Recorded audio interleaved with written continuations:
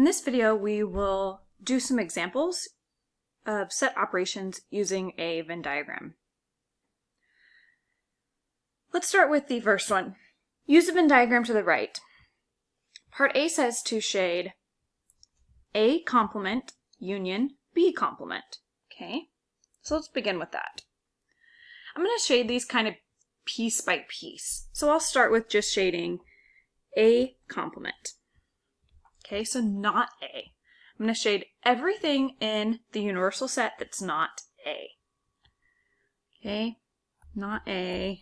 I'm going to stay outside that A bubble. Not A. Not A. Okay, so not A is in pink, and if you can't see the pink, it's in this kind of thinner line.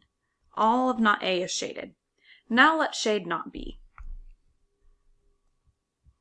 Okay, not B. So I'm going to stay outside the B circle. So get right up to that rim of the B circle, stay outside of it. Okay, and not B is in this fat highlighter or in the blue, whichever one works for you. Okay, so now I've shaded both of those independently, and now I want to look at what it actually asked me about, which was the union. So remember, when we talk about union, we mean it can be in all of this. It can be in either this or this or in both. So now when I look at what I've shaded, all of what I've shaded is A complement union B complement. So it's basically everything except this little inside piece. So now I want to determine all of the elements of this A complement union B complement. So now I'm going to list them all. So now I'm going to underline the elements that I'm going to list. So -2, maybe I'll box them. 13, 4, 7, none of these in here because they're not shaded. 8, 0, -3.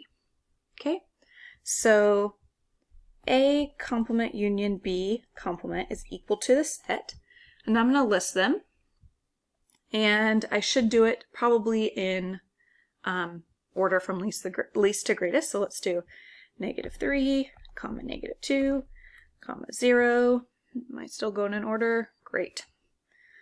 4, 7, 8, 13. So we have them all listed there, and then part C says to determine the number of elements in the set A complement union B complement. So now we simply get to count them. 1, 2, 3, 4, 5, 6, 7. And if we want to double check which ones did we box, 1, 2, 3, 4, 5, 6, 7.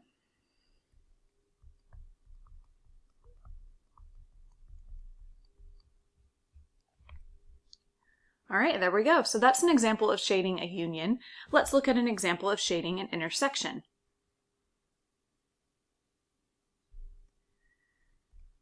All right, I'm going to use the same kinds of pens I did before. So first we're going to shade A complement. So anything not in A. So I'm going to stay outside this A circle.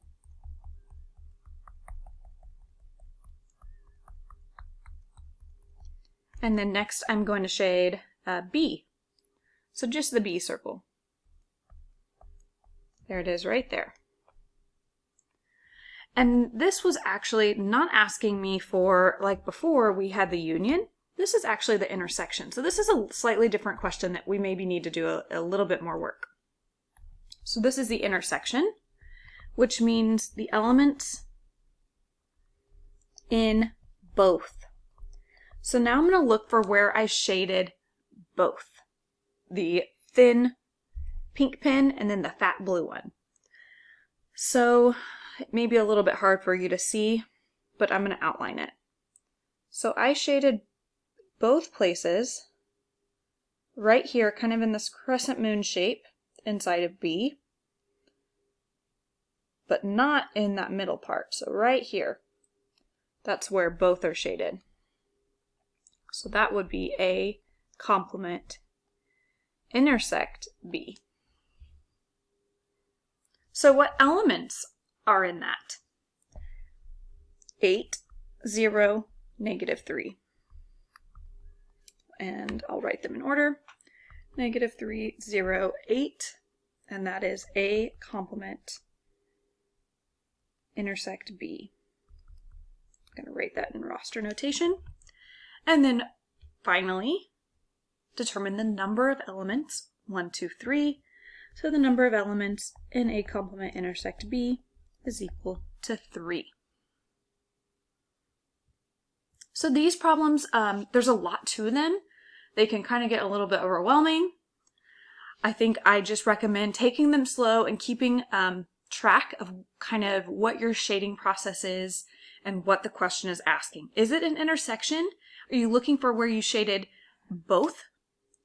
Or is it a union and you're just looking for where you shaded anything?